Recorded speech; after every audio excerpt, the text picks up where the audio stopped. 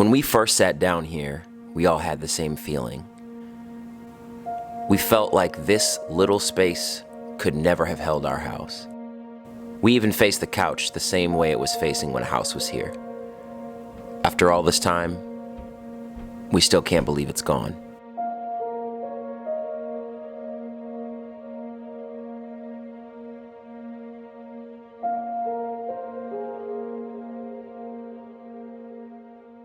All right, where were you during the house fire?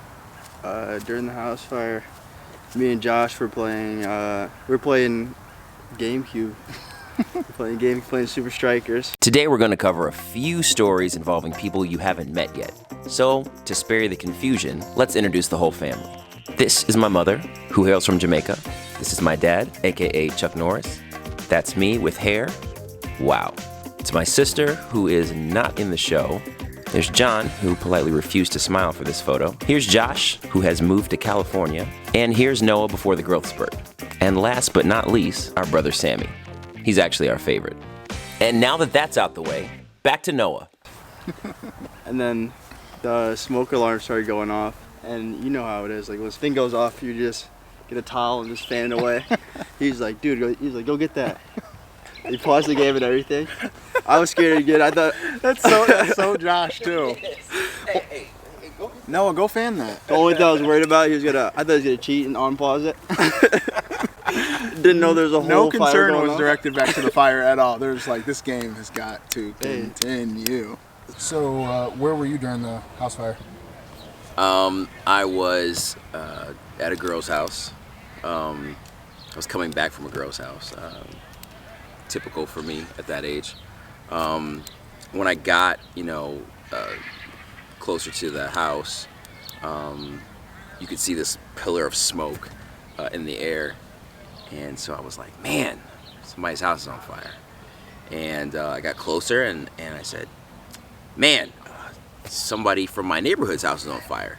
And then I got into our neighborhood and I was like, that's my house. In hindsight, there's a little bit of a lesson here. Notice that I wasn't overly concerned with a house being on fire until I found out it was my house. Many of us still have this mentality today, not overly concerned with the problems of others. That is, until they become our own. But let's take a little break from this moment of reflection to ask a very important question. Where was John? Where was John? You should let John tell that. I was taking a bath. Like anyone my age would be doing at 14 years old. Thought it was had a long day, you know? So I get up to leave the bathroom and I open the door and there's black smoke and I thought I got up way too fast. So then I go to sit back down, just hear Mom's voice and run down the stairs. And when I get to the bottom of the steps, Mom's like, you can't go on the front porch like this. Meanwhile, at the front of the house, that's when John came running outside in a towel. I'm still scarred. Taking a bath, but like, what are the chances of you taking a bath while the house is catching on fire? Strong chance for me. I mean, that's like some luck or some grace or something, because house is covered in fire, you're covered in water. That was a smart move. Yeah. Low key. Submerged. You just go under? Submerged. Just go underwater, you say? I mean, was it getting hot? Like what? Saw the water cut the bubble. And yeah, right. Was it a complete loss? Did you lose everything? Yeah, I would say. Yeah, for the most part. If it wasn't burned, it was smoke damage. So like there's nothing you can do about that either. So you're dealing with that.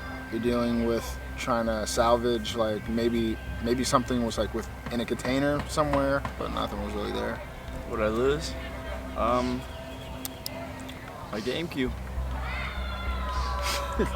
No, I really don't. I all the clothes. I lost clothes. I lost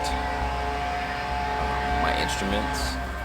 Lost my room. I lost pictures, awards. My entire childhood's in that house. So for me, I lost home. and I never had a sense of home after that. Like it was just over. Anywhere else that I lived wasn't home. It was a house, it was an apartment, it was somewhere to temporarily stay, but I never called it home after that. Even the stuff that you put down that you bought for full value, you don't get that stuff back. Like you never get the things that you had back.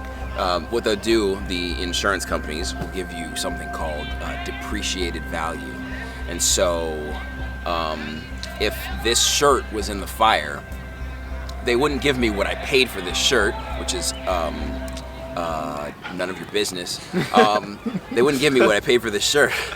It would be the value of the shirt as it is now, with deodorant stains and my sweat and, you know, mosquito repellent, you know, on it. They say, what would I pay for a used shirt with deodorant stains on it? Well, I'd pay, you know, $2. Here's $2 for your shirt.